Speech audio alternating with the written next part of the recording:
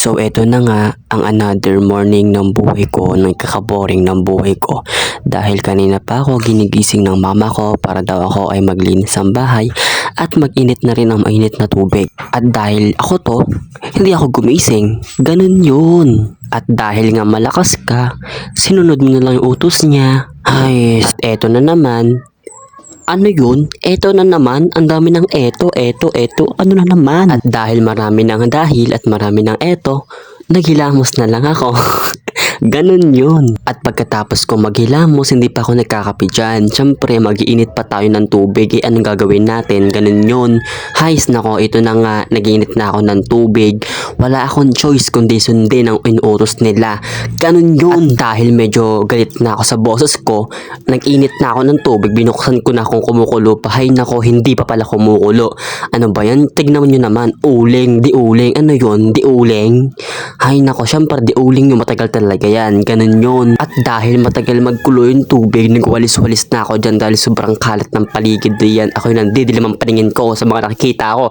Lalo na yung kaldero namin sobrang itim. Ganun kainit ang ulo ko at ganun din kaitim ang bunhi ko. Ay, tanga, hindi. At kung mapapansin ninyo, yung boses ko diyan ay nagrarap na. Ano magagawa ko? Ganun talaga yun. Kaya nga, ganun yun. At tignan nyo naman kung anong itim ng kaldero, yun din ang itim ko. Hay nako, ano ba naman yan? Kung ako pinaglilamang sa ano, ay...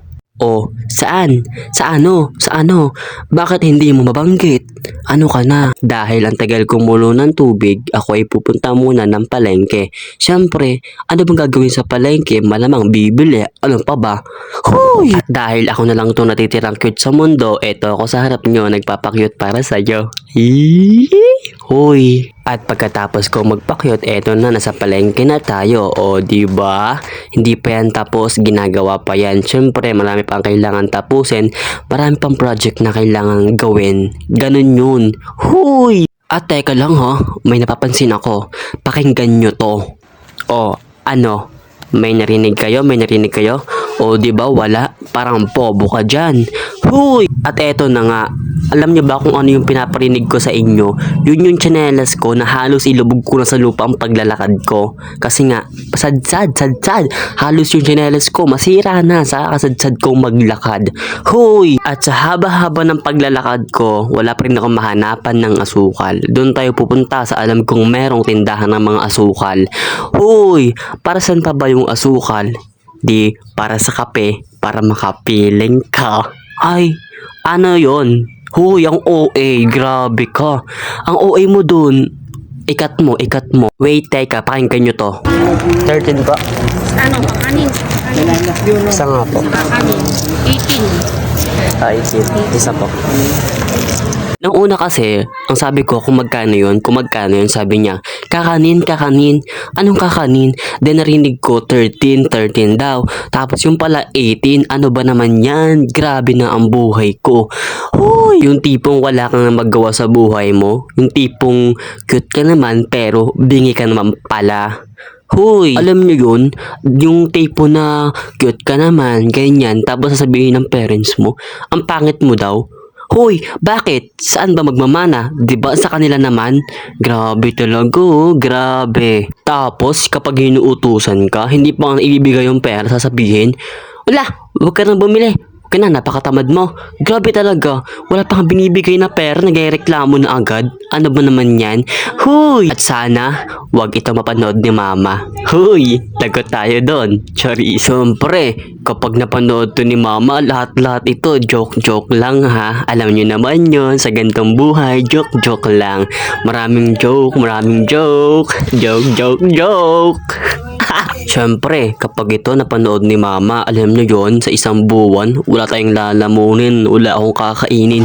Paano na ang buhay-buhay kung walang pagkain sa life, diba? Kaya nga, sometimes kapag may pinapagawa si mama, siyempre, dahil masipag ako, hindi ko ginagawa. Siguro mga ilang minuto ko bago ko gawin yung inuutos niya.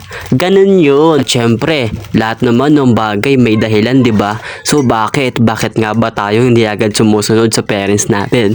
Syempre, una-una sa lahat, walang upa. Syempre, kung walang gas, hindi aantar ang motor, di ba? At syempre, hindi mawawala ang ganun yun. O, siya.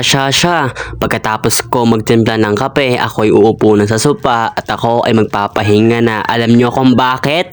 Tambak ang labahin, tambak ang hugasin. Diyos ko, paano na ang buhay-buhay kung wala ako? Huy! Siyempre, lalo na kung wala si mama. Walang kakainin. Ganun yun. Tapos, yung kape ko, nakadalawang takal ng asukal. Kasi nga, yung pagmamahal ko, ganong katamis.